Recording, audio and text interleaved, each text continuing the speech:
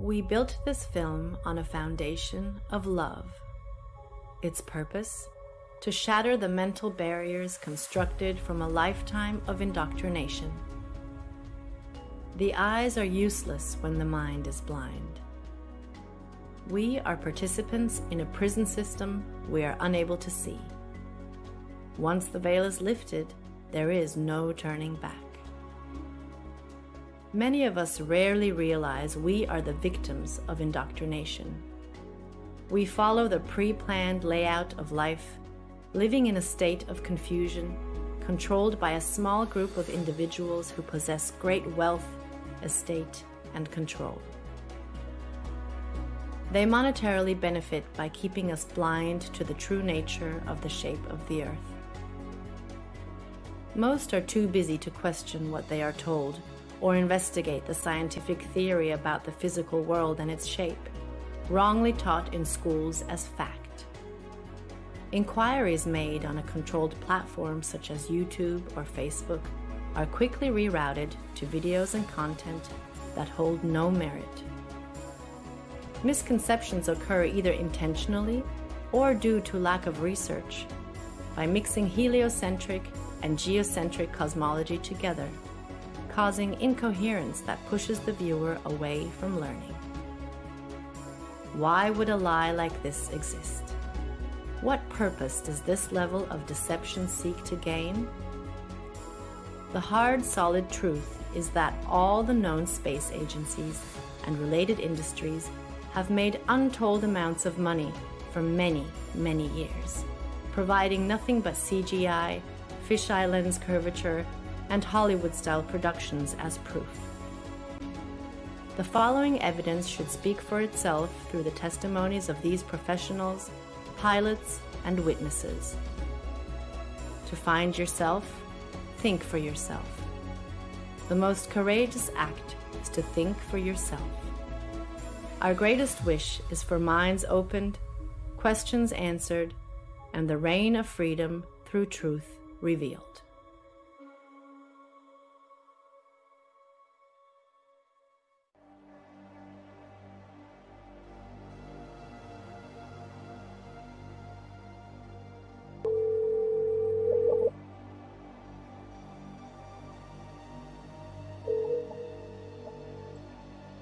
Good afternoon.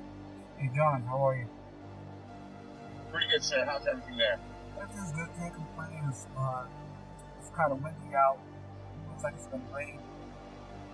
But anyhow, I've been getting hit with these, questions regarding the flat earth, or trying to get information out of me, and I'm not too familiar with the subject. Can you help me out? Yes, sir. Copy that. I'll give you a couple of relatively quick examples that you can also research and elaborate as well. Number one, I'm a pilot, and when I used to fly out of Long Island towards Nantucket, bottom line here is they're going to give you some type of formula for every 100 miles. They're going to give you some type of XYZ per kilometer squared. Keep it very, very simple. Every 100 miles will be approximately 1 mile. 1 mile is 5,280 feet. The actual number is 6666, which is of Luciferian origin, which really reveals who's behind all the conspiracy and cover-ups, for everything. But the bottom line here is a very simple formula is for every 100 miles, you have 5,280 feet, which is 1 mile of curvature. So 100 miles equals 1 mile of curvature. Now, if I'm going, let's say, hypothetically, from Long Island to Nantucket, that's about a buck and a half. It's about 150 miles. So it should be 1.5 miles. So let's just take a mile. So with aviation, you fly at certain altitudes, whether you're flying in a easterly, a northeasterly, to a southwesterly direction.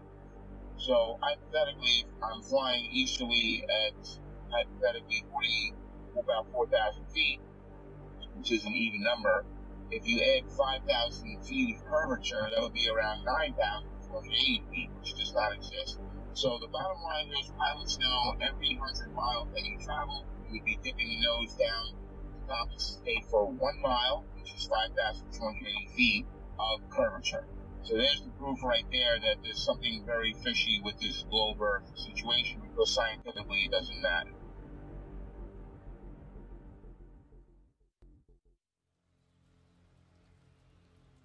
My name is Joshua Silva. I am a licensed commercial pilot and flight instructor.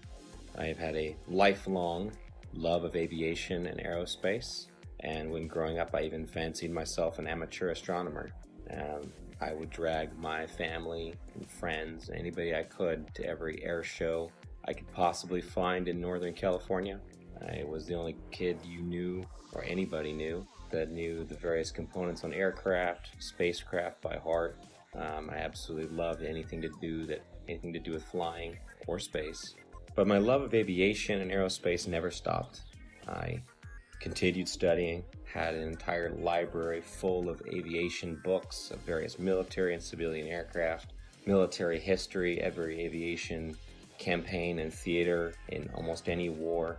I studied religiously, and it was just out of pure passion. Later in life, many years later, I decided to become a pilot. As strange as it may sound, it hadn't occurred to me to become a pilot up to that point. I just simply loved aviation and aerospace, but I decided to become a pilot, and I began attending a prestigious flight academy in the Midwest and attending university at the same time, and to gain a degree in aeronautics and aerospace.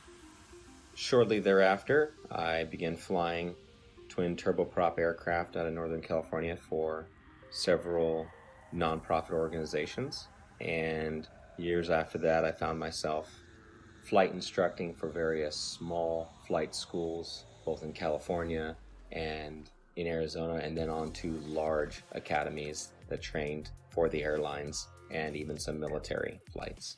Shortly thereafter, I began flying regional business jets, and that's when the story of me finding the topic of flat Earth started.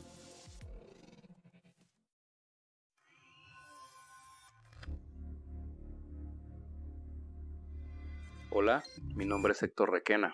Soy terraplanista desde el 2016.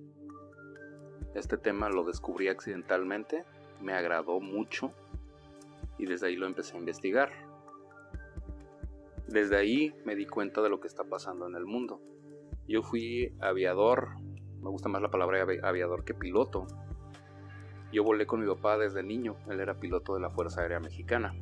Un tema muy curioso que me pasó a mí fue el empezar a conocer cómo funciona el giroscopio.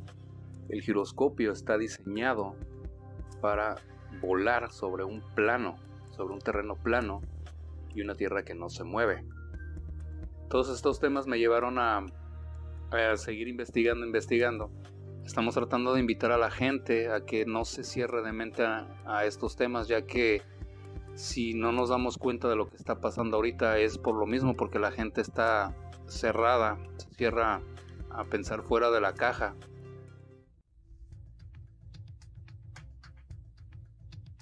Been a military brat all my life. However, I've been in the industry of aviation for the last 21 years. And I became an FE somewhere around 15 or 16 when I really started looking at conspiracies. I looked into Benghazi because I happen to work on government contracts abroad, overseas.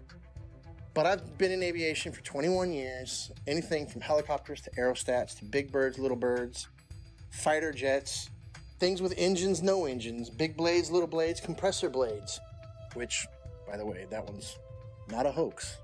Jets do not run only on compressed air.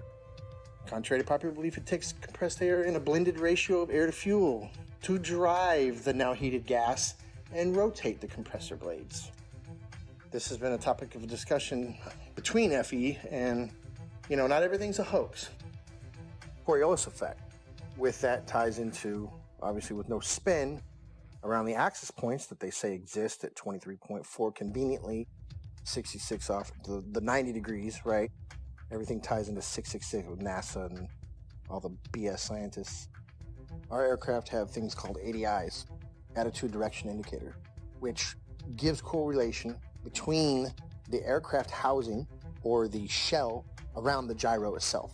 The ADI is nothing more than a gyro that will always reference level. I don't care what any pilot says. I don't care what any mechanic tells you.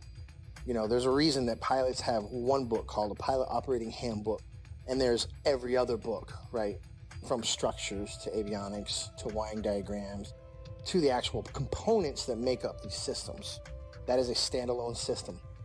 The ADI does not lie. I don't care how cold it is, how high you are, and some of these guys are pretty damn high. It doesn't matter where you're going. It doesn't matter where you've been. It doesn't matter where you are over the realm itself.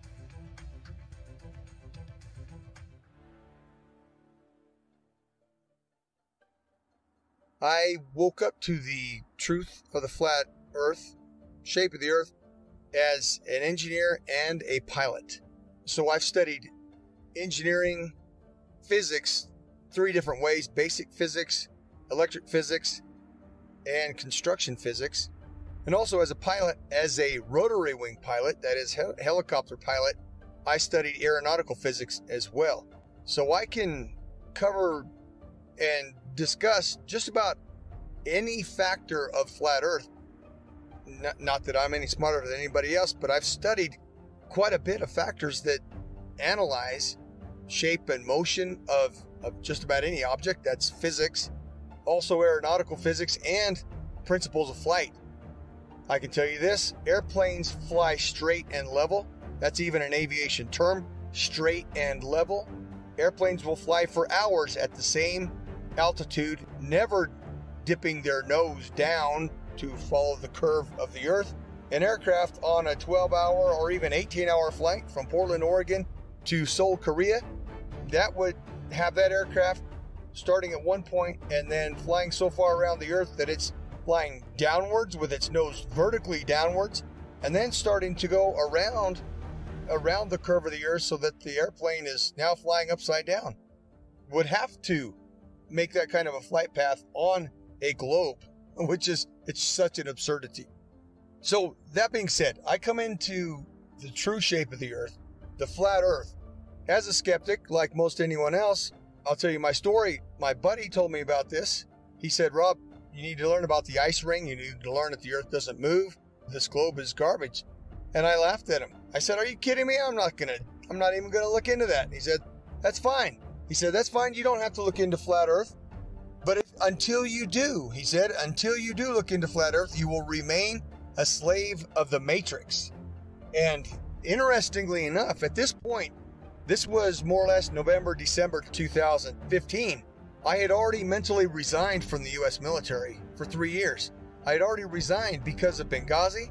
I realized, and I saw for myself, I'd been working with U.S. as an Army officer, working for State Department for a good 10 years. And so what I did, I turned my physics awareness, I turned my studies into analysis of the shape of the earth.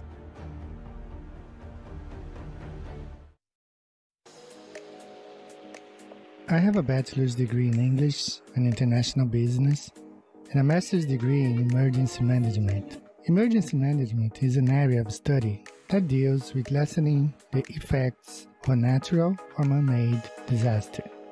Areas I had to study related to emergency management were meteorology, geology, geography, hydrology, and oceanography. You have to know well how Earth works in order to prevent or lessen the consequences of a natural disaster. In 2019, I wrote the book called 16 Emergency Landings Proving Flat Earth. Not many people know that when I was younger, I worked for an international airline. I worked at the International Cargo and Logistics Division of the company at São Paulo International Airport. I had to know all international routes in order to provide our clients the precise information about import and exports, as well as the logistics of transporting cargo internationally. Our company transported from a simple parcel package to cars and helicopters to anywhere in the world. Having access to all areas of the airport in 1988, the Brazilian soccer team was about to board their flight towards Australia to take part of the bicentennial Soccer Cup in Australia. It was a tournament to celebrate Australia's 200th birthday. 2 South American teams were invited to take part of this tournament, Brazil and Argentina. At that time, we had access to several maps, all based on the globe Earth model. The Brazilian squad left to Australia with natural conclusions that this charter flight was going to Australia over the Pacific Ocean, as the global model suggests. Perhaps stop in Santiago, Chile, and then head to Australia. To my surprise, the flight went to Los Angeles.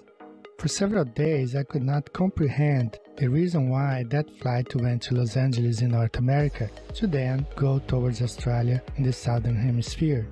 This thing kept alive in the back of our mind for all these years.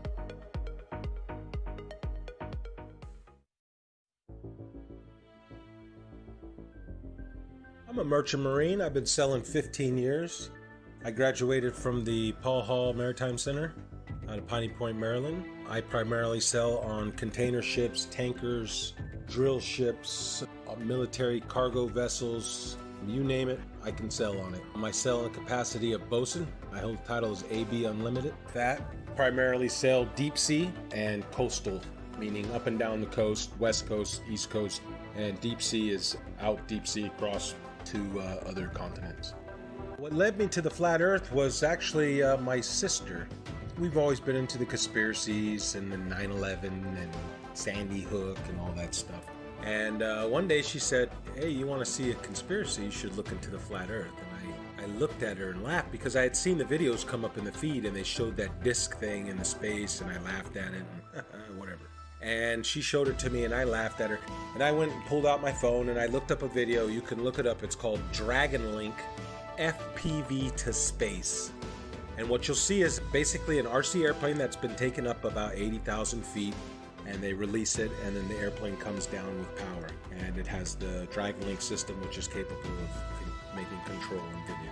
Anyways, but they had a GoPro, so you see this curved globe. And you know, that said it for me. When I saw that, I was like, oh wow, look at that. So I brought that down to her, put it right in her face and said, look at that. And looking back, I remember her smile on it was like, you know, okay, she wasn't going to argue with me. And she said, okay.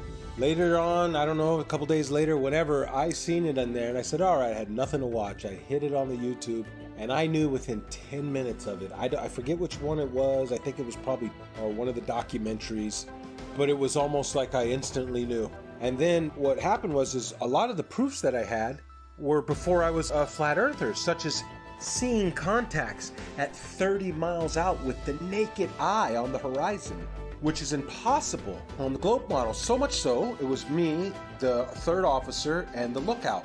We were standing our watch, and I believe we were in the Mediterranean Sea. Look out, look and watch. I say, okay, we got a contact out there. We look, and we try and get it on the radar. We get it at 30 miles out. When the chief mate came up, we had told him, hey mate, we got a contact earlier 30 miles out. He said, bull crap, I don't believe you. And we all looked at each other and shook our heads and said, yeah, they got it. He stormed off the bridge, ran down, came back up. He had the Bowdage, which is a thick green book that's everything you ever need to know about being on the ocean, sailing, navigation, everything.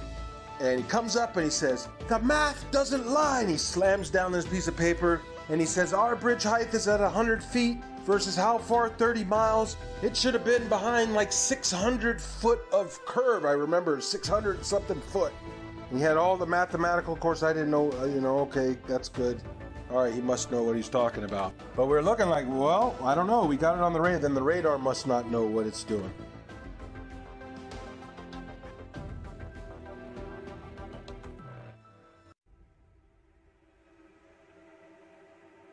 You can just call me Jay. That's what my friends call me. That's what I go by. I just go by Jay. My work experience, I joined the Navy when I was 17 years old. I had a secret security clearance. There's different levels of security clearance. There's like a lower level, then there's a secret, which is what I had, which is like a mid-level, and then there's a top secret. I did not have a top secret clearance, so there's a lot that I don't know. But I did have a secret clearance. So it's basically the mid-level security clearance for the government that I had. And I did that job for 8 years. I worked in operational intelligence specifically. The radar navigation, there's a limited scope of what we're able to see. Now, granted, this is 15 or 20 years ago. what I mean by that is, with it being 15 or 20 years ago, the technology nowadays on the new warships, I would imagine, are just off the charts advanced compared to what we had, 20 years ago in the early 2000s when I was doing deployments for the Navy. We're looking at the scope of the radar. Now, this is just going off of the actual screen that we can see. Now, there's 3 different screens. There's the basic radar screen where we have this limited scope where it only goes out like 25 miles, right? Then there's this other bigger screen, and I forgot the name of it, but it goes onto this huge projection in the Combat Information Center. Basically is where all of the information is housed. And on this huge screen, we can actually zoom out and see a significant portion of our area of responsibility. I can't say the exact number. Again, a lot of this is classified. Basically, when we zoom out onto this large projectile screen, it goes in and out, right? So the reason why we're able to zoom in and then pull back out is just for accuracy. So if we're looking at something that could just be like a buoy in the water, right? Just one of the little tiny buoys that the ships can use as kind of placements to track where they're going, that can be mistaken for an actual small watercraft. So we have to be able to differentiate between that and some of the ships that we're looking for, because some of the deployments we're out there looking for drug ships, we're looking for other types of ships, submarines, basically just to keep a track of everything. That's basically what the Navy and Coast Guard do. They want to make sure that they know what's going on in the seas, and that's kind of the way the United States Navy operates. They're basically dictating what happens in international waters.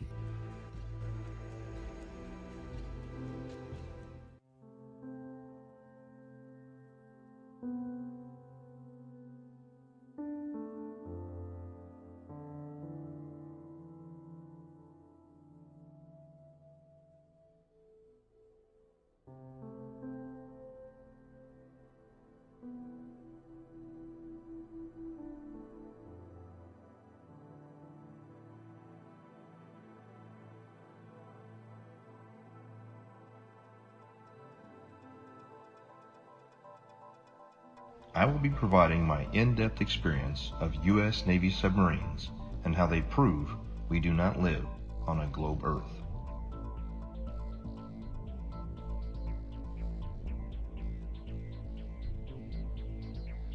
However, due to the nature of my job and the security clearance that I hold, I wish to remain anonymous.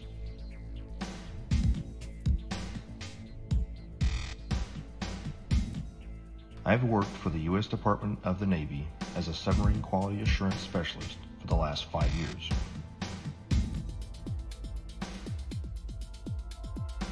My job is to ensure that each submarine is built properly, safely, and to the engineer's plan.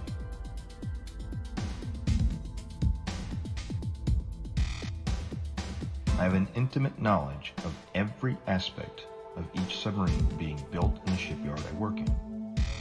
Now that you've heard a little bit of my background, let me explain how I arrived at the crazy notion that the Earth is visibly and observably flat. I have always questioned the reality around me since I was little. I never followed anything mainstream, and I was never interested in what the news had to say. As I got older, I started looking into more and more things out of my own curiosity. 9/11, school shootings. I eventually started researching the moon landing because it just never sat well with me. And it didn't take long for me to completely unravel that for the hoax that it is.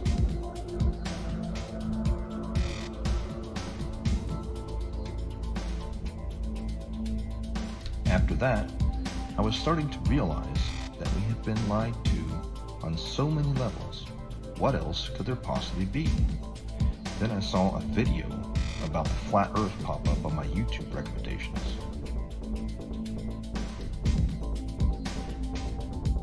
At first, even with my awakened mind, I thought this was absolutely ridiculous. I decided that I'd look into it simply to disprove it and move on. It should be easy, right?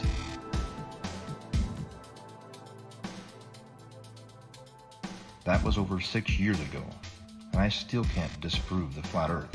In fact, the more I research it, the more it reveals. This leads me into my submarine experience. looking back on everything I had accomplished while on active duty with eyes to see, has only served to solidify my stance that we live on a flat and motionless plane.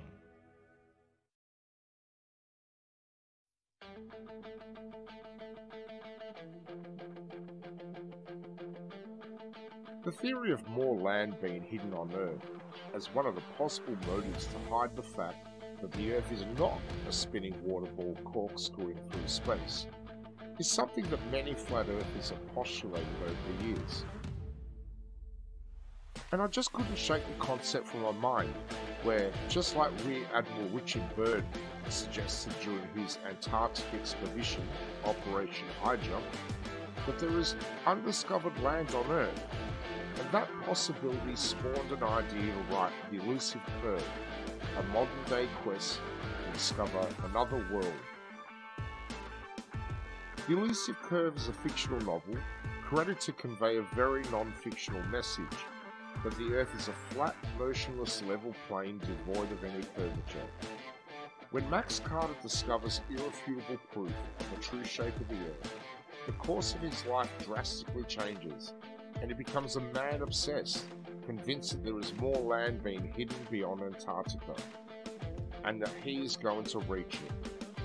The Elusive Curve debunks typical globe Earth claims, including ships disappearing over the horizon due to the curve of the Earth, the Foucault's pendulum, and the Coriolis effect, whilst presenting flat Earth proofs like visual perspective, level water over vast distances, and long-distance photography, all within the context of Max's varied and colourful relationships.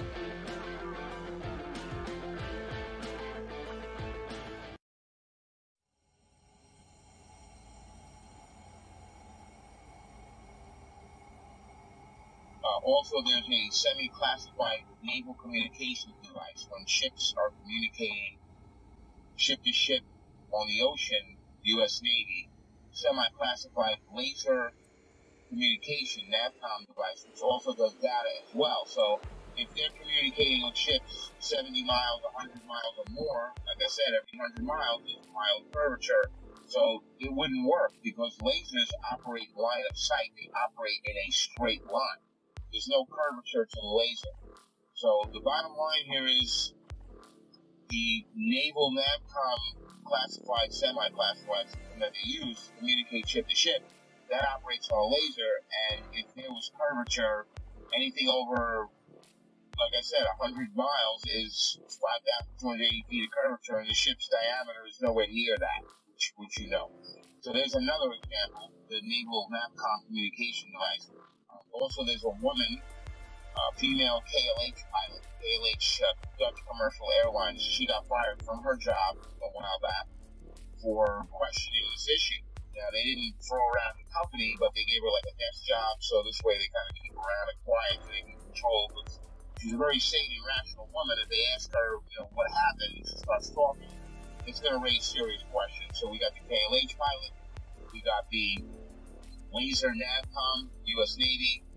We've got my personal experience flying from Long Island to Nantucket. There should be at least 5,280 feet of curvature added to the 4,000 altitude average while heading easterly. So there's something very wrong there. The numbers don't work. Could the Earth actually be flat? I began to see opinions and arguments that seemed logical, but I heard several arguments, which I now know were most likely disinformation, easily disprovable in the aviation world, but there were some that stuck with me. And so, myself being the way I am, I ran quickly, metaphorically, to my old textbook, and I opened my old textbooks, found them, unpacked them, cracked them all open, and even downloaded brand new copies in PDF form offline of all these books to make sure that nothing had been changed. I thought for certain that I knew exactly what compensation pilots are trained while flying to compensate for the spin or the rotation of the Earth, for instance. As far as falling around a globe, that I assumed in my mind would be an aircraft's angle of attack, but upon more study I found that not to be true. The angle of attack being the angle between the aircraft's flight path and the relative wind. which is something that pilots are very familiar with, and it's the idea that an aircraft has to be slightly pitched up, essentially to stay airborne, or a surface of that aircraft has to be pitched slightly to create a difference in air pressure to hold the aircraft aloft. And that is assumed, or was assumed at that time by myself and other pilots, to be the compensation one would make for falling around a globe while flying, period. But upon further research, I found that this was not the case, and it was not even mentioned anywhere. This compensation was not mentioned anywhere I could find in any resource that I had gone to flight school with. And they were extensive. There were many, many books, especially as one progressed towards the commercial flying side, especially elective courses, especially if you're going to university as I was, studying aerospace, that you would assume, and I had assumed, that this was calculated for. Again, as far as ADIs, in every aircraft, it references the level horizon or references sea level always. There's no way that you can convince somebody of sound mind that if you take off from New York and immediately flip upside down, now your housing or your ADI is referencing upside down to you because you're upside down. It's right side up. It cannot deviate off level. It doesn't matter how much fuel you got in your tanks. It doesn't matter if you're a helicopter or an aerostat or a fighter jet. That gauge will always reference level. It has to, because otherwise it would be a poor reference. And if you could manipulate it, why would you even have it in the airplane or your aircraft? But if you go and take off 2 miles away, do a barrel roll, you're now flying upside down. At what point does that gauge show you back right side up? A half a hemisphere away? Is that what we're led to believe? Is that what we're supposed to believe? At what point does it right itself if you never flipped back over and continue flying level? You see what I'm saying? It's ridiculous. It's ludicrous to think that thing compensates for curvature in straight and level flight.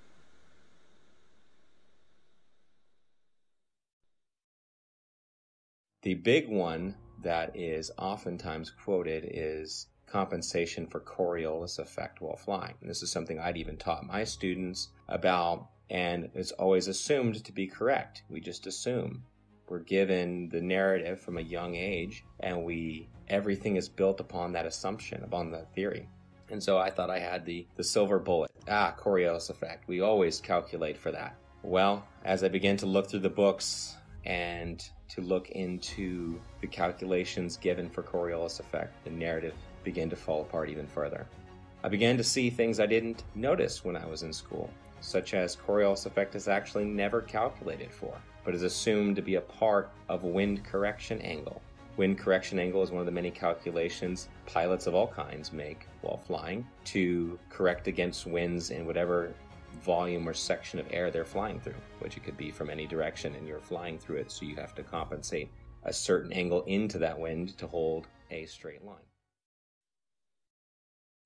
Interesting side note, I worked on aerostats for several years, and I always ask people who try to bring up gravity, well, how come my 4,000 pound, 74,000 cubic foot aerostat isn't getting pushed towards the ground?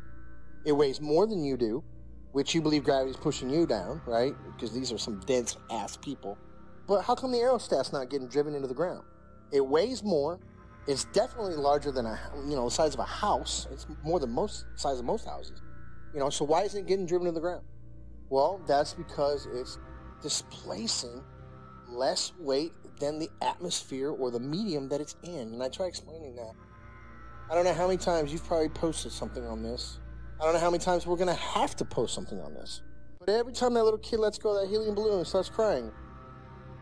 Radar is simply another form of radio transmission. Radio includes anything within the range of the electromagnetic spectrum. Electromagnetic spectrum, also known as light. Radio is the transmission of light, whether it's visible light or radio waves which are not visible. When it comes to radio transmissions, there must be a transmitter and a receiver. There can be a reflector or a transmittal unit along the way. However, in the end, there's got to be at least transmitter and a receiver. And in the case of radar, radar transmits a signal and it bounces off a reflector, and then it comes back to the receiving station. Or it can go to other stations if they're set up in the network properly. Long story short, radar emits a signal, it bounces off something, and then it returns to a receiving unit, and the receiving unit maps that reflection accordingly. If there is no reflector, then there's no return signal, and then the object does not show up on the radar. For example, it's off the screen. Notice, there's no curving around anything. It goes out in a straight line. Radio signals always travel in a straight line. So the transmitter sends the signal out to the target, bounces off, and it comes back in a straight line. Radar cannot travel over the curve, and hence radar is dependent on line of sight, direct beam from the transmission to the target. It reflects and it comes straight back. There is no curving around anything, thus is radar.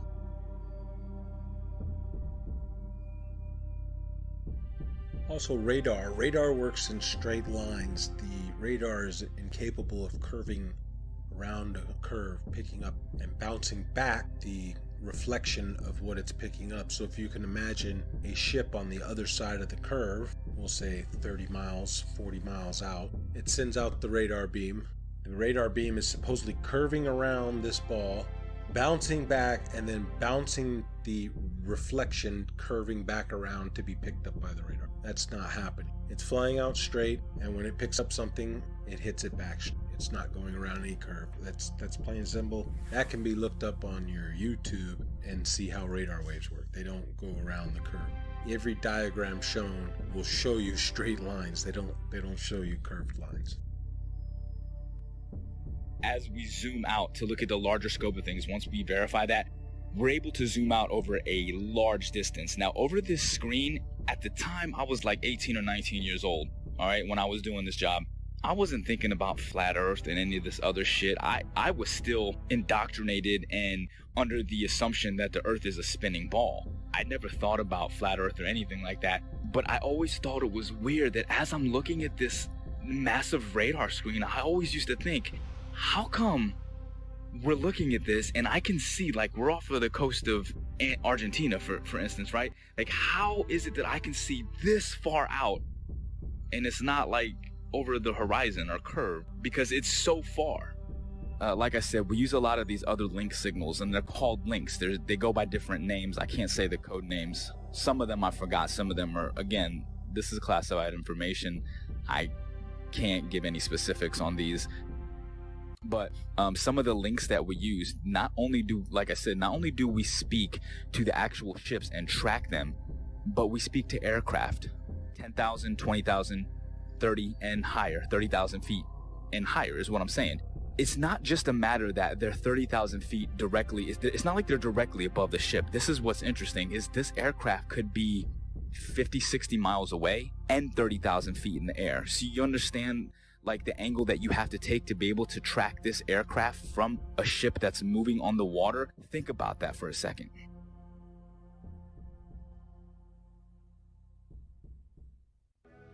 I served on board of a United States 688I fast attack nuclear submarine, and I can personally attest that we never constantly angled down during our submarine deployments. One of our longest transits went from the Gulf of Oman around the southern tip of Africa and back to Connecticut. We were underwater for almost 3 months straight. My job on board as a radioman meant that I spent a lot of time both in the radio room and in the control room. The control room is where they navigate and drive the submarine.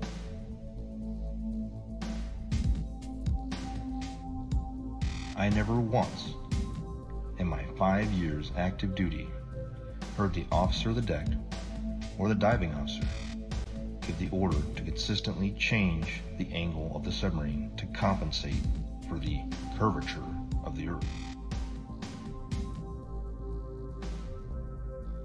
The primary task of the diving officer and the helms and plainsman is to maintain the submarine as level as possible while in transit.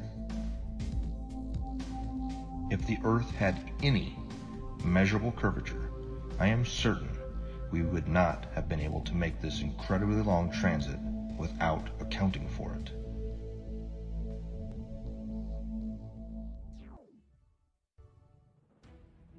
And then the big one is given after that. Well, GPS auto corrects for it. And that sent me down yet another path. GPS auto corrects for it. If it's a satellite-based system, how is it correcting for spin if it's also spinning over the same body? And why are there large gaps in GPS coverage over large oceanic bodies?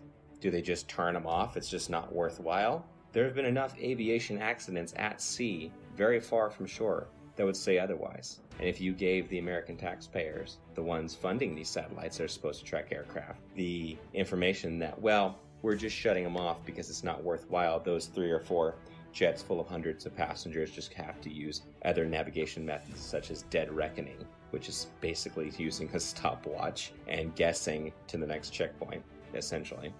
If you were to tell them that, they would be infuriated.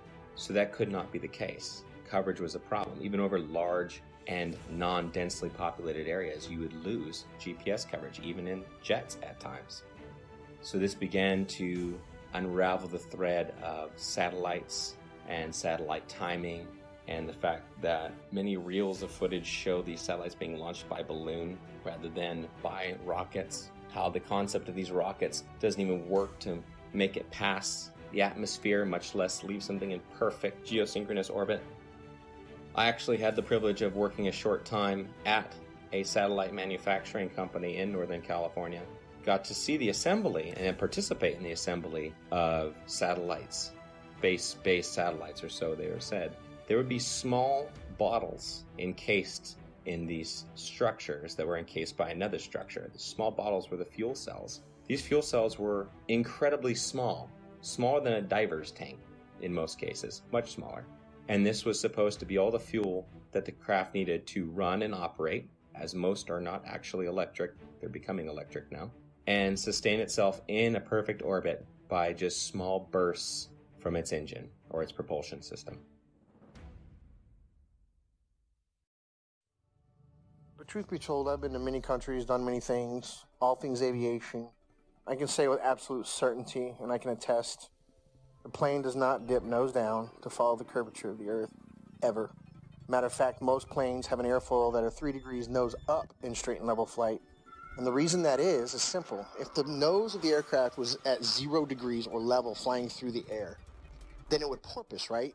It would be quite violent because some of the air would go over the nose and some of the air would go under the nose. And it would cause that nose to go up and down, which is literally like a porpoise or a dolphin out of water. And that's exactly what would happen. So the wings are designed, when they are level, the nose is 3 degrees nose up.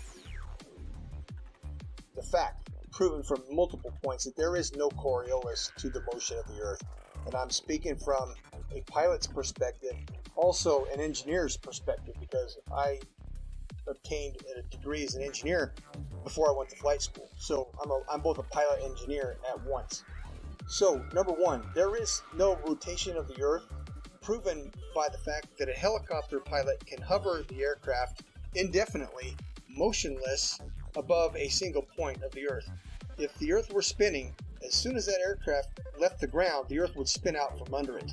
Now, somebody may say that the air of the atmosphere rotates along with the Earth, which is one of the most absurd concepts imaginable, because if that were the case, then all wind would travel with the Earth. There would be no alternating wind currents. When we know that the jet streams fly overhead, clouds move in multiple directions overhead, and a kite flying over the stationary Earth, the fact that a kite flies because of wind passing through, that proves that the Earth does not, that proves that the air does not move in unison with the Earth. Number two, airstrips do not rotate away from a landing aircraft. Anybody who's seen a pilot's view when an aircraft lands, well, the aircraft lands to a motionless airstrip.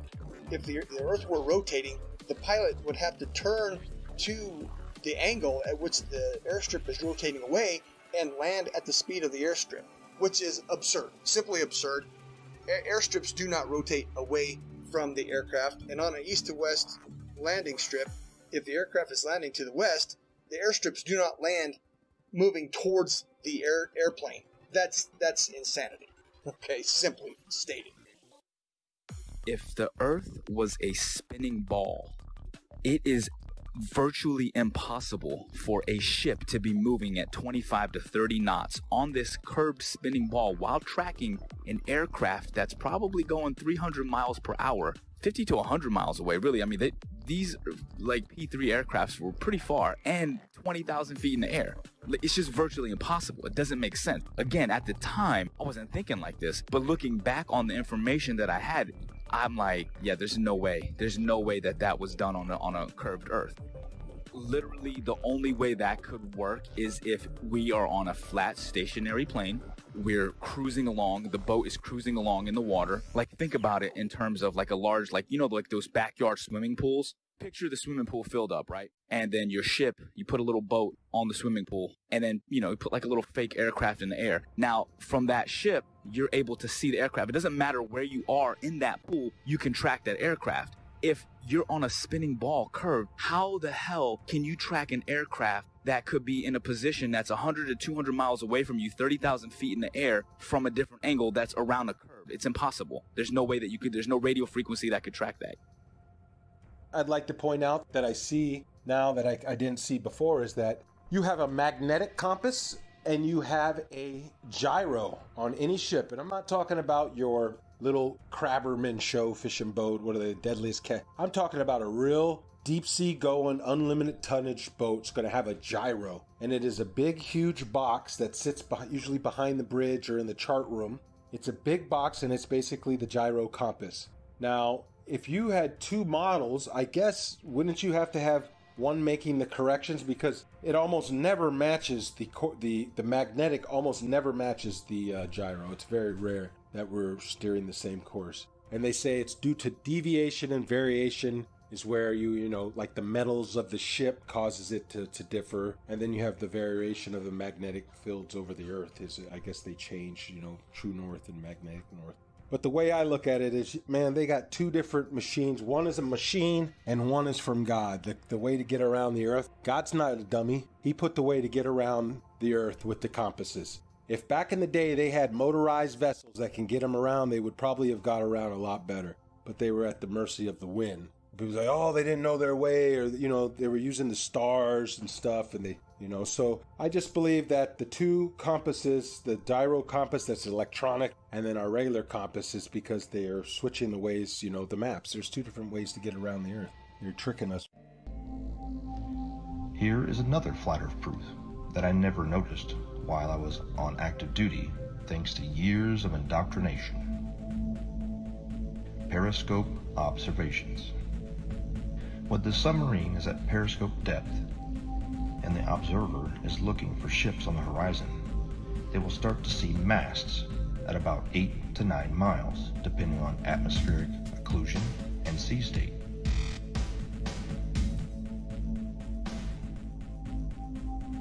The hull of the ships won't be visible until about 5 miles, depending on atmospheric occlusion and sea state. At 9 miles away, the target should be 26 feet behind the curve, but this isn't what's observed.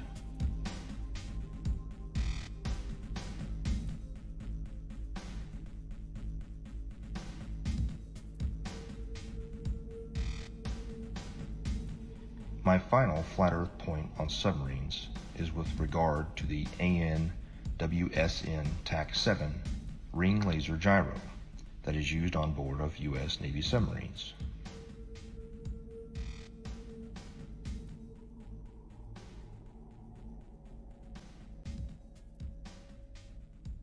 A typical gyroscope, like the ones used on board of an aircraft, is a device used for measuring or maintaining orientation and angular velocity.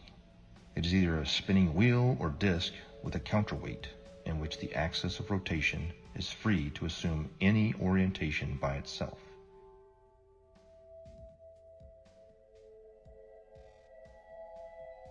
When rotating, the orientation of this axis is unaffected by tilting or rotation of the mounting, according to the conservation of angular momentum.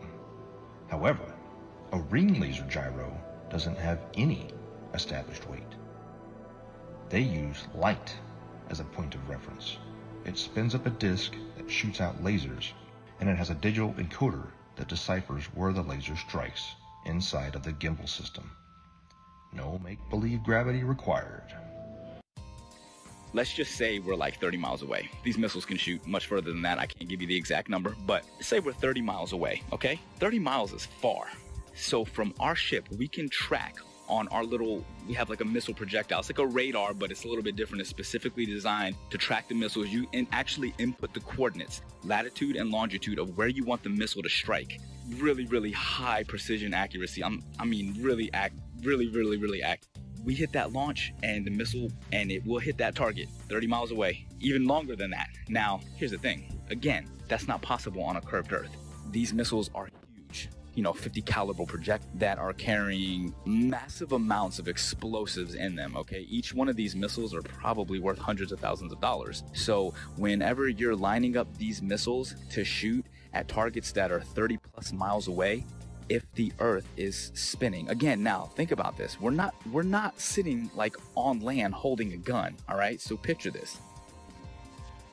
We're on a ship, like actually in the middle of the water, okay?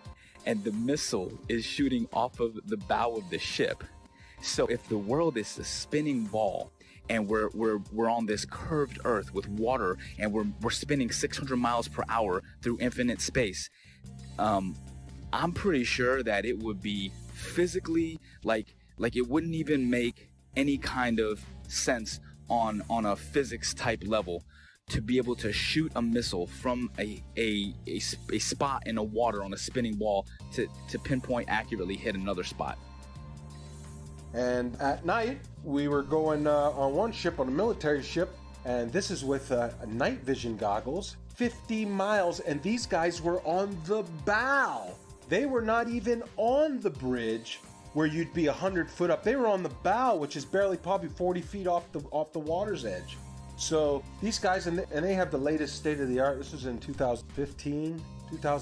They had state-of-the-art, what do they call them, night vision goggles. So these things are capable of seeing that far if we live on a plane. You can't deny it. It was so obvious, but not to everyone else. I guess the programming's harder than other people, so they don't want to hear it. But over the years, I have learned the model. I know the model like the back of my hand. I can show proofs. I have ammo now. So when I go out there and I tell somebody, hey, that's impossible, and I'm talking to a third mate or a second mate who's an officer who went to college, meaning they paid for their education. Because when you pay for your education and you're making a handsome salary on it, you can't be wrong. How could I be wrong? I'm making a salary, they're paying me, I paid for this career, everything's working great in my life. You are obviously wrong. All the math works. So with that, it's hard. But when you stump them and you start showing them stuff, it's hard for them to say. And then they start saying stuff like, oh, well, what does it matter anyways? I don't care. And there is the 8 inches per mile squared. But you guys can't look at it three-dimensionally. It is two-dimensional. It is the amount of deviation that's required for you to come back inward. If you are walking east from north, meaning you are going around north equidistantly, and you walked in a straight line east 1 mile, you're going to have to deviate 8 inches back to the left to get back on the equator, right? Look at it on the flat Earth map, and clearly it makes sense. If you walked 1 mile in a straight line east, you have to deviate 8 inches after each mile to stay on the equator. The 8 inches per mile squared is a real measurement, if in fact we consider the equator to be a real place, a real location, ever, always.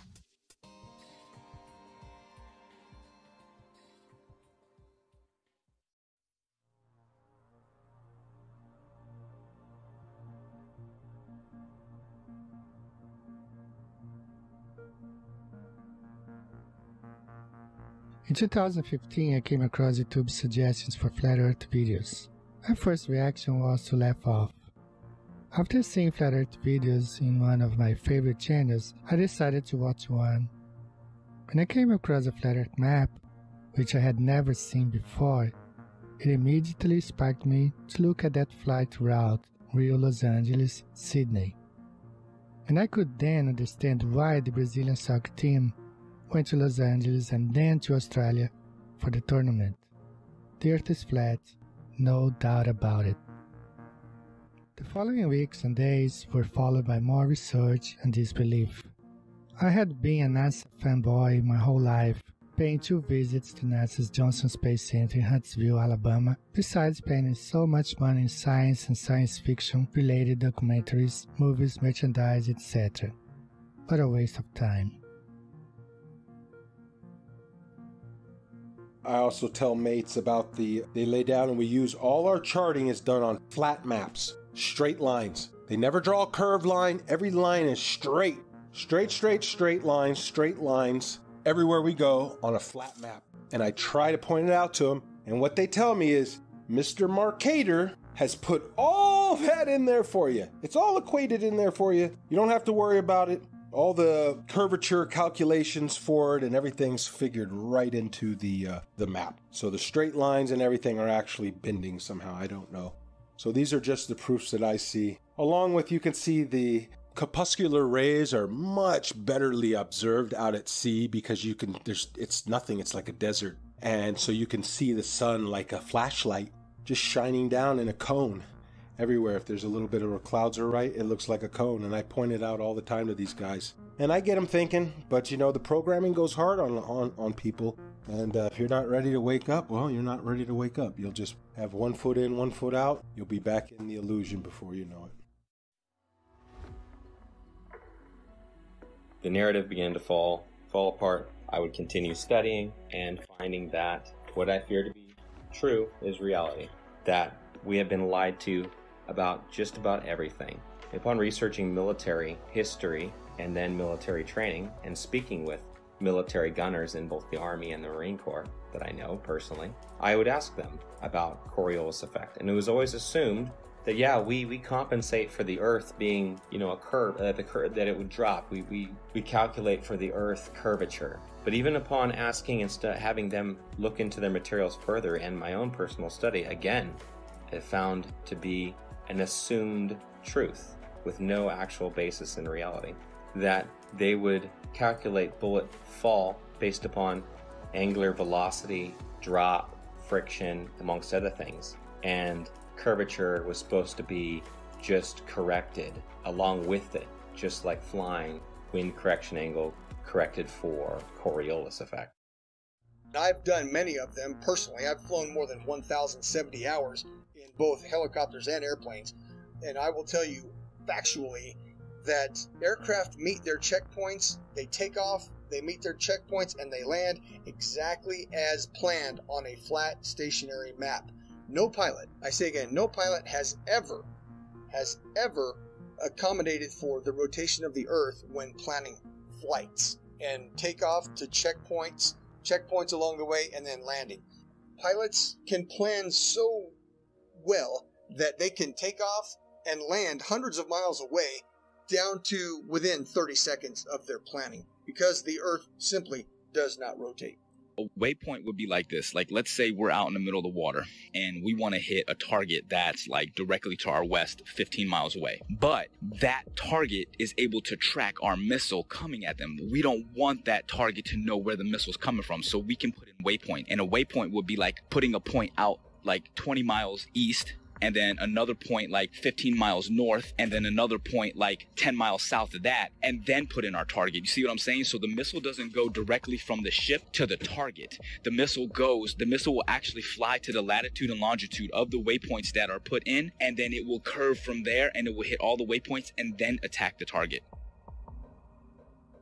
How is that possible on a spinning Earth? If the Earth is moving at 600 something miles per hour, or whatever they say it is, there's no way that missile could stay. There's no way that missile would be able to keep track. Do you understand what I'm saying? At least that's how I'm looking at it. It may be a little bit harder to visualize if you actually weren't seeing it the way that I would see it, or there, or understanding and putting in the coordinates, or seeing how this actually worked out. But I'm telling you, like, from my perspective, that is one of the things that makes it virtually impossible to accept the globe as this, well, It's a fake lie. It's a theory. It's garbage is what it is. So y'all think the Earth is a ball. Y'all think it's spinning through outer space. And I bet you believe in little green aliens. Well, actually, the Earth is flat. Here I'll give you facts, all the math, science, and all of that. Whatever you need to believe. Come on, can't you see that a submarine couldn't use a periscope, nor a plane use a gyroscope? A Huey doesn't adjust for the Coriolis or sniper looking down the scope. This is all hard to take in and hard to cope, but I hope that I've given enough rope to explore the rabbit hole that our Earth is not a ball and it's not spinning through outer space. If someone wants to prove me wrong, please give me a name and we can debate it all day, anytime, and with real test measurements and evidence. Stop lying to the world's nations. We have real science to back our observations. Don't believe in the indoctrination of the people, cause they don't want you to believe that the Earth is level. Don't believe in the indoctrination of the people, cause they don't want you to believe that the Earth is level. Dig deeper, be a rebel, then dig deeper than a shovel. Keep your mind level, let's flatten the curve and lighten the herd. Give the truth what it deserves, tell about what we actually observe. Like a boat going out of sight, if you get your zoom and focus right, it'll come back into light. Just use a laser beam and you will see that water never bends but always finds a flat resting position. 71% water can't make up a ball or a pair, so let me make this clear and get it into your ear. You're in great fear of stepping out of the box. They're keeping food stamps in our socks. They are the slyest of the fox in a controlled delusion of evolution. That's nothing made everything and no proof of creation in this pseudoscience indoctrination. No meaningful salvation, but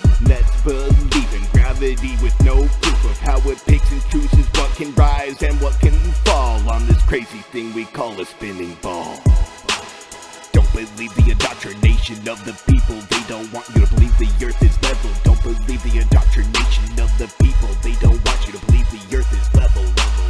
Let me give you something else to measure. Don't worry, it's my pleasure. If you want a vacuum or pressure, you must have a container, and that's a no-brainer. But since we believe the universe is on a roller coaster ride, even when Polaris is in the same place every night and has been for thousands of years, has the heavens work like gears, telling us time and the years like a big machine. The heliocentric model is just a drink backed by money and based on influence theories, never providing hard evidence except for CGI and camera trickery of my natural senses in our school systems. But flat Earth brings meaning to your existence like a period at the end of a sentence. Don't believe in the indoctrination of people. They don't want you to believe that the Earth is level.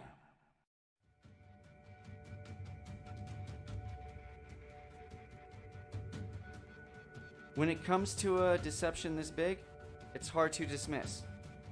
And for the people that say, I don't see how this would affect me either way, you don't know. It's like telling me about Argentina when you've never been there. Or it's like telling me about owning a Corvette when you've never driven one. You haven't experienced it. And if you have been through the Flat Earth Awakening, you know how it would affect you.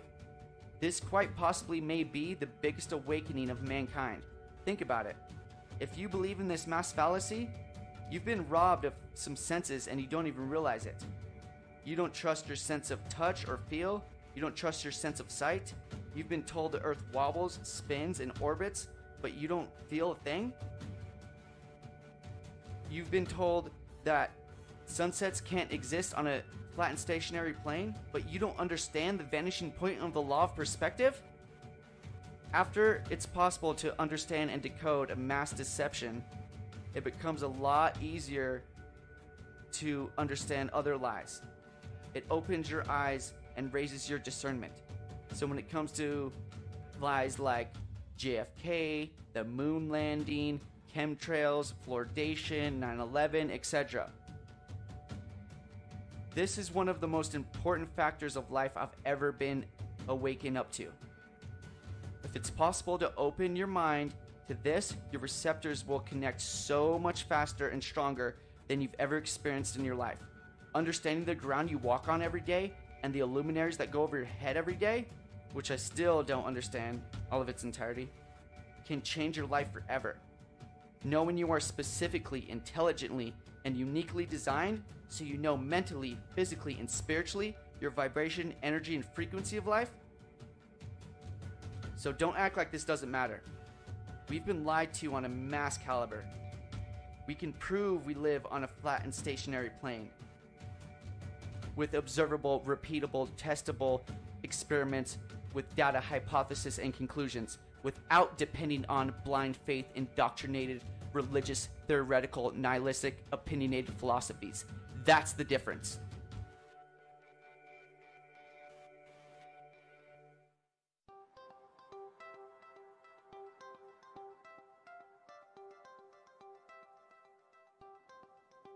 Is it possible that almost everything that we were taught from the time of our innocent adolescent time as children to the completion of our chosen path of studies in college was not only incorrect, but was part of an educational doctrine of spiritual disconnectedness from what truth is and what our reality in the world that we occupy today?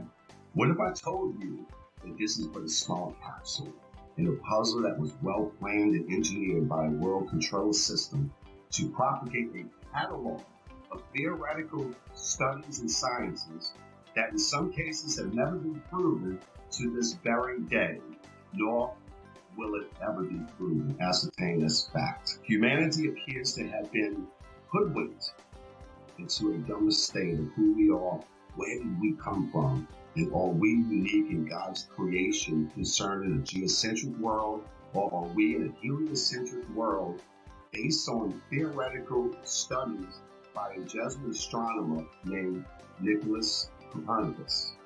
He suggested this in 1543. His works were not released until after he died because he himself didn't believe in the spin ball theory either that is taught still today at the highest levels of education. On my book, which is the variously planned agenda that has gone on for 474 years, seems to be threatened to become full disclosure of the biggest lie in the history of mankind that is kept by the world's oldest secret society called the Freemasons. The very uniqueness of humankind was spelled out correctly by our Creator that the earth was the center of the universe, and that He created the sun and the moon as well as the stars and the constellations that revolve around the earth, with Polaris being the north magnetic pole fixed star. How could space possibly exist when you and I have never been in our entire lives seen a real photo of what our own world looks like?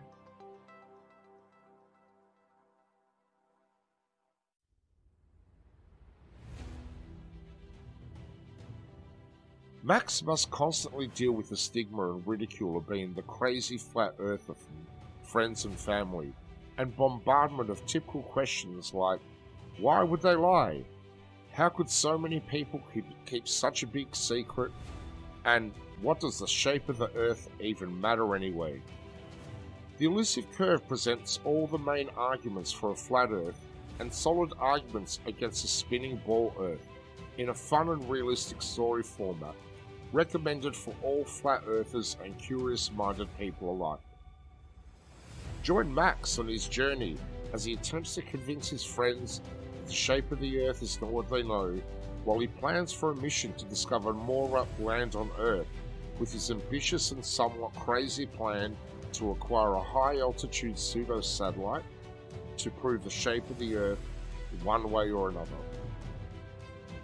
The Globers, definitely scientifically, we're looking at flat earthers have some very, very, very valid points according to those three examples. Thank you. You got it, brother. Anything else? No, that about answers my question. Quite a lot to take in. I've taken some notes. Thank you. Thank you again. You're welcome, sir. Any questions? I'll be here for a while. Contact me anytime. All right. God bless. All the best. God bless. Yo invito a la gente a que por lo menos sea un poco más abierta de mente hacia estos temas, porque la verdad es que esto está muy fuerte. Se vienen tiempos muy difíciles ahorita y debemos de estar conscientes de que el sistema nos está manipulando de una manera muy, muy grande. Entonces, pues, vamos a ver qué pasa.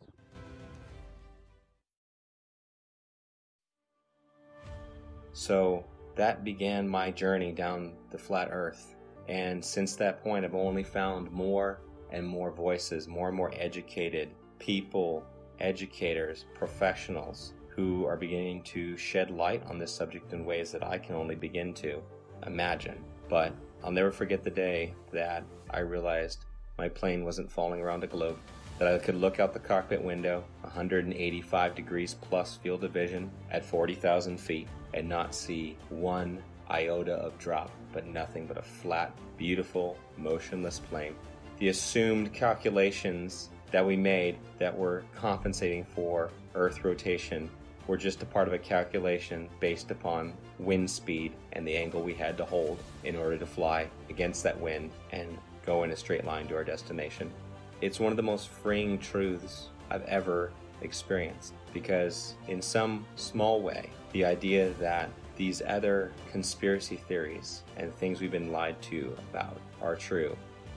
But this biggest one is the biggest truth of all. We've been lied to about everything. It means we can start over. We can start again. At this time, at this point in our history, we are uniquely positioned to make that change.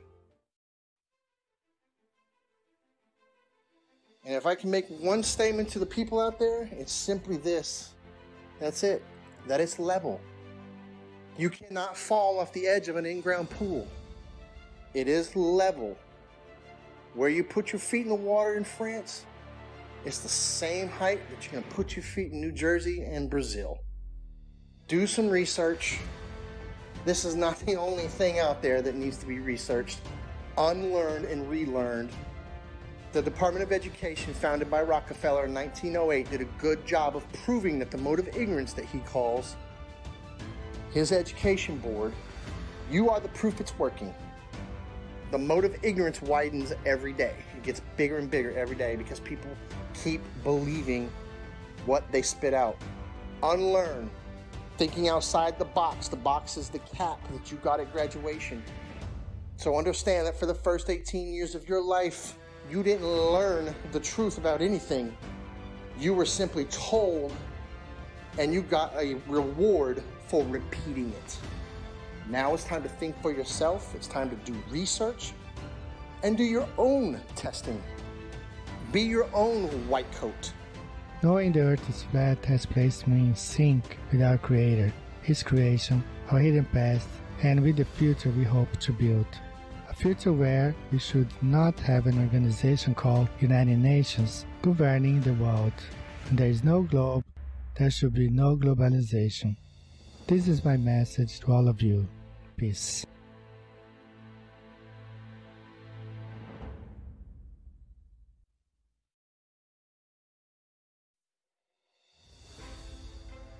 My message to the people is that if you're watching this documentary and it strikes a chord with you, research it, find out more about it. So my message is research it, get all the ammo you can, because if you try and go out and tell your family member or friends or co-workers and you try and tell them this, hey, that, they're going to laugh at you. And if you don't have the ammo to defend it or the right content to show or to start a kindle a fire with somebody's interest, if you don't have that, you're going to get laughed. I made the mistake of when I just knew it. Right when I seen that video, I said, okay, it makes so much sense. I knew it right away. I went and tried to tell everybody before I knew. I just blurted out little proofs. Airplanes don't dip their nose, the water lies, and they'd hit me with some of that science stuff, that pseudoscience, and I couldn't defend it, and I would look like a fool. And then when I had the knowledge, it's harder to defend it because they've already don't take me serious. But now I've gained such a knowledge on it and such what you would call ammo that I could defend it in a way that you're going to get one of these reactions. well, what does it matter if it's round or flat? My life doesn't change, doesn't matter, either way. That's how you know that you're striking a chord. Their ego doesn't have anywhere else to go. So from there you can work on them. But like I said, learn the model, learn to defend the flat earth model before you tell your coworkers, loved ones, or anybody, for that matter that you don't know, because people you think that you know well are going to look at you like you're crazy. And unfortunately, that's due to the programming, and everybody believes one thing, so how dare you believe another? You got to fall in line.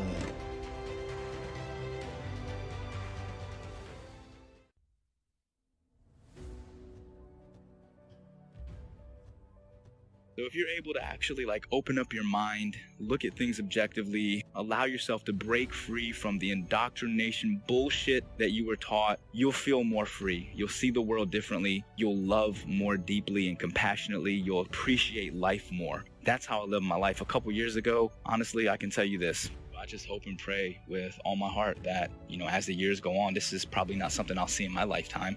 But, as my children grow older and my children's children, as the generations go on, the truth will start to emerge. And it is starting. I mean, it's incredible, that so many people are starting to really awaken. But, 10, 20, 50, 100 years from now, hopefully we can break free of the chains of indoctrination and really see the world for what it is and actually appreciate it and love the world and love each other. And I think if we all understood that there is a creator, people would be less inclined to be so abusive toward each other and the earth. So that's my big message for the people. Just think for yourself. At the end of the day, just be a good person. Don't be so quick to just believe something and stand by that belief just because it was taught to you at a young age. Question it. Make sure it makes sense. In closing, I'd just like to say that these are my own personal experiences. I never ask anyone to simply just believe everything I'm saying. In fact, please don't. That's how we've gotten into this whole mess to begin with, by blindly following others who say they've already done the research for you. You allow deceptions to occur. Please do your own research and test all things.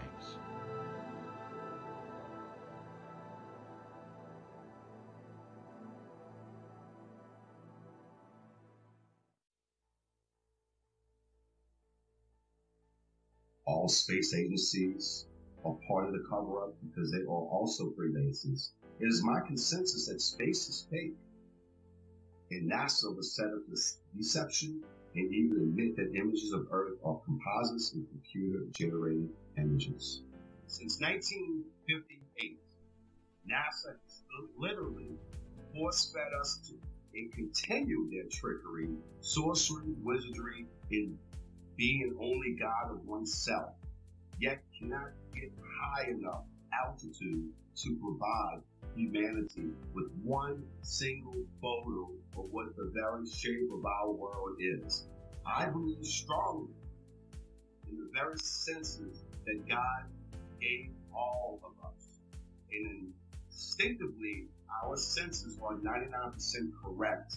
And my book will help those awakening sheep remove the dark shades from this massive deception. And for those who are unwilling or unable to think past their noses, then those sheep will remain asleep. My book is part of the Great Awakening from pseudoscience that has put man living in a Newtonian world of Einstein physics, ruled by Frankenstein logic. Game is over. Consciousness shift of stupidity because of poisonous indoctrination to separate your soul and reality from truth and knowledge. But hold tight, folks. A real awakening is happening all over the world.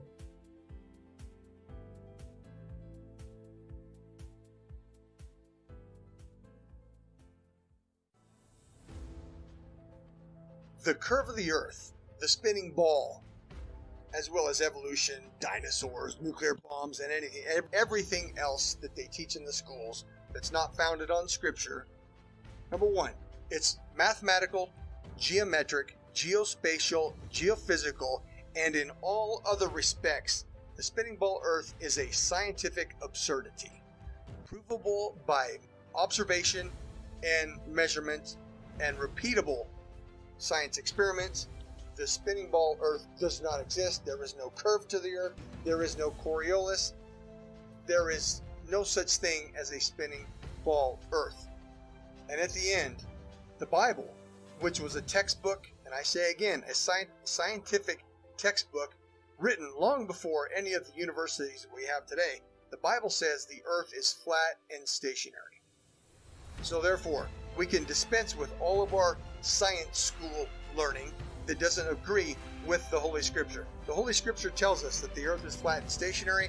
All of our measurements, and indeed our personal senses, tell us that the Earth is not moving. There is no curve to the Earth. Jesus Christ is the Son of God. The Holy Scripture tells us the nature of the Earth. The Earth is flat and stationary. Pride, ego, and reputation are 3 characteristics I see in every spinning ball believer. Let your pride down, knowing you've been heavily deceived your entire life. Let your ego be washed away, knowing it's possible you've been manipulated on such a scale as this.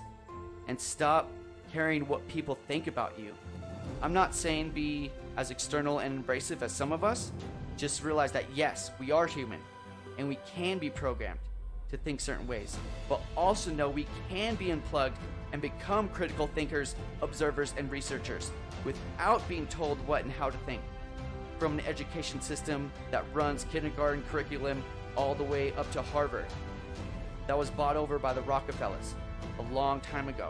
This is our time, not theirs. It's time to stand up and start acting instead of relaxing and being told how and what to think.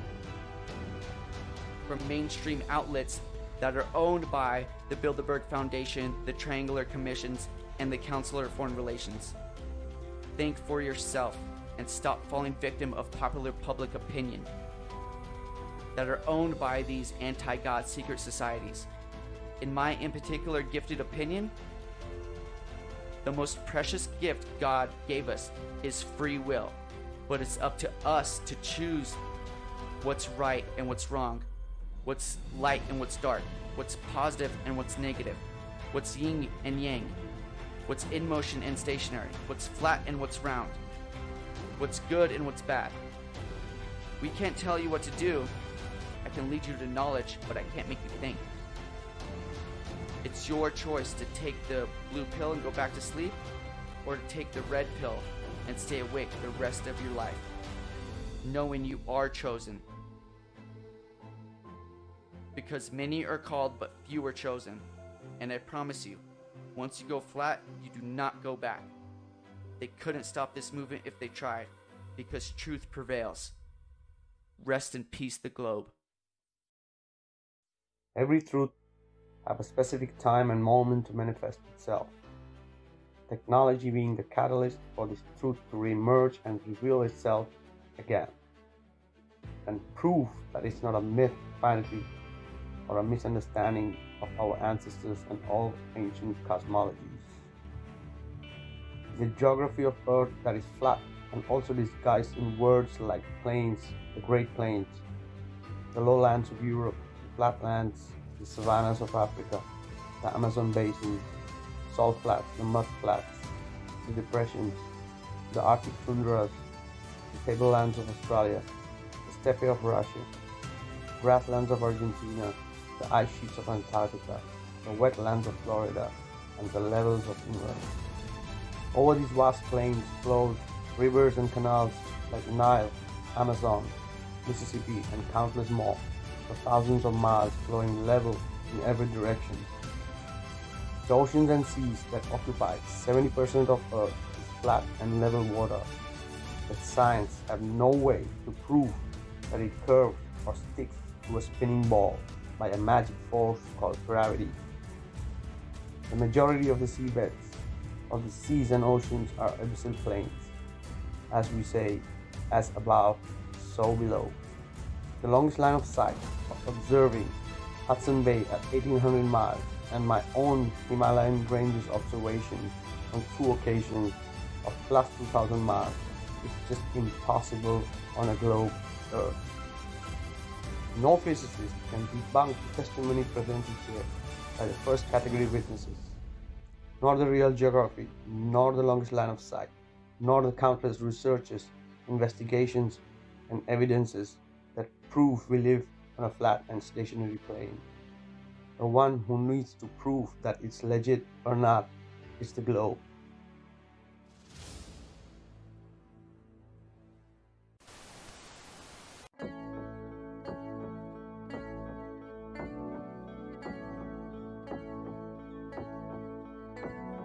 Wonderful, magical, celestial light, fantastical, mystical, wonderful sight.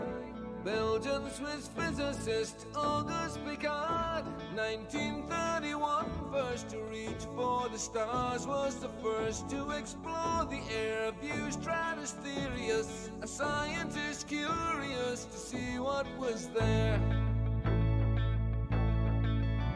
An aluminium black ball gondola, helium balloon, hydrogen with photos and instruments, sailed towards the moon, rose in just half an hour, 52,000 feet, 10 miles of depth air pressure, left for dead drops in heat and cold, but disproving gravity. Wonderful, mystical, beautiful sight, flat line separation of black from blue light, a world run by deceivers, false make-believers, hiding in shadows, stealing our light.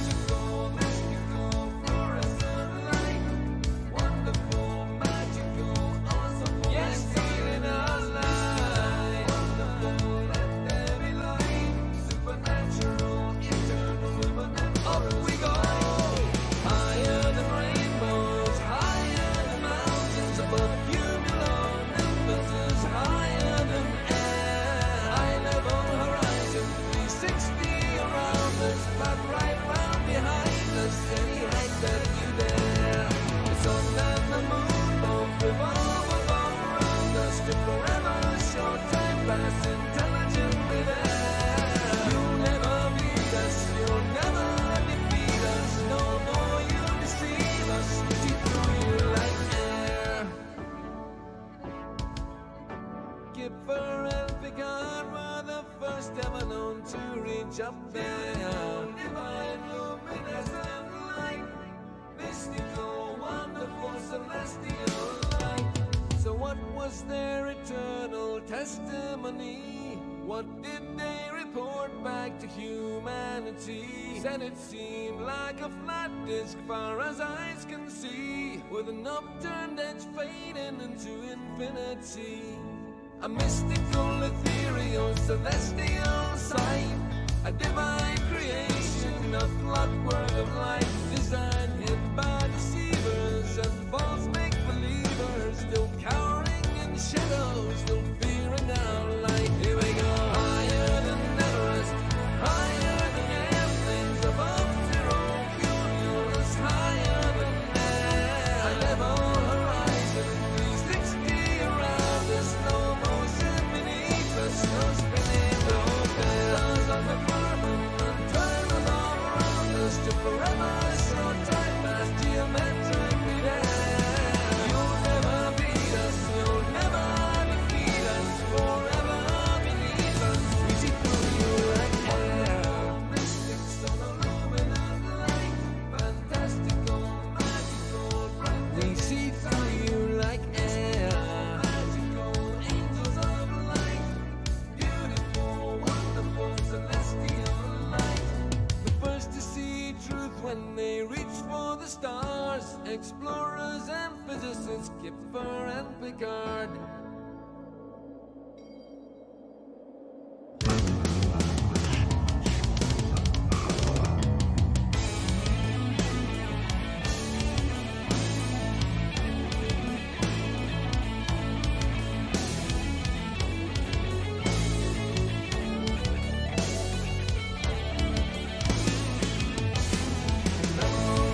Motionless, we are. Level and motionless,